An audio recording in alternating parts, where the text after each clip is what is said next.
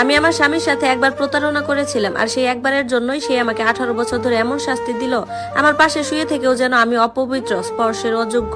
কিন্তু তার অবসরের পর একদিন হাসপাতালের একটা পুরনো ফাইল খুলে ডাক্তার এমন কিছু কথা বললেন যা আমার পাপের চেয়েও বেশি আমাকে ভেঙে দিয়েছিল।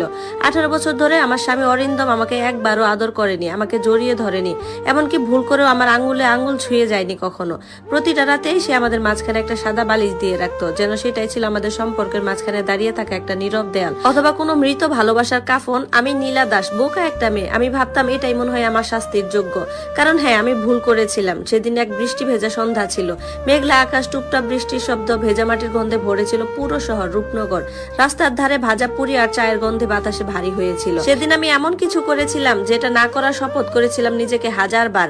আর আমি আমার স্বামীকে প্রতারণা করেছিলাম। তার নাম ছিল সুমন, সে আমাদের অফিসেরই একজন কর্মচারী ছিল। সে অরিন্দমে চেয়ে সুন্দর ছিল না, বেশি ধনীও ছিল না, তবে ভালো মানুষও ছিল না। কিন্তু সে আমাকে এমন ভাবে দেখেছিল যেন আমি এখনো বেঁচে আছি, যেন আমি শুধু একটা নীলা বৌদি না, যে রান্না করে, কাপড় ইস্ত্রি করে, বাজারে হিসাব রাখে আর প্রতিদিন গরম ডাল নিয়ে অপেক্ষা করে তার স্বামীর জন্য।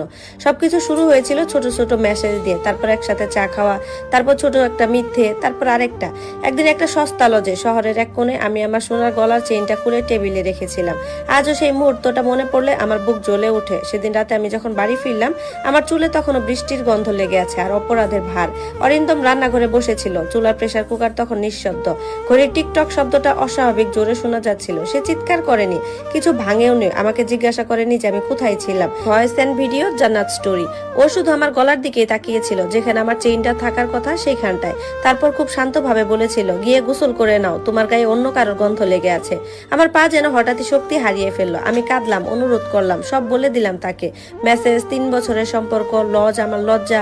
সে আমাকে মারেনি সবকিছু শুনে, বাড়ি থেকে বেরও করে দেয়নি, আমার পরিবার কেউ কিছু জানায়নি। হয়তোবা সেটাই ভালো হতো, কারণ সে যা করেছিল তা ছিল আরো ভয়ঙ্কর। সে নিঃশব্দে উঠে গেল, ঘরে গিয়ে আলমারিটা খুললো, আলমারি থেকে একটা বালিশ নিয়ে এসে আমাদের মাঝখানে রেখে দিল। সেদিন রাতে সে আমার দিকে পিঠ দিয়ে শুয়ে পড়লো, যেন আমাদের মাঝখানে কিছু একটা মরে গেছে আর সে সেই মৃতদেহটাকে ছুঁতেও চায় না।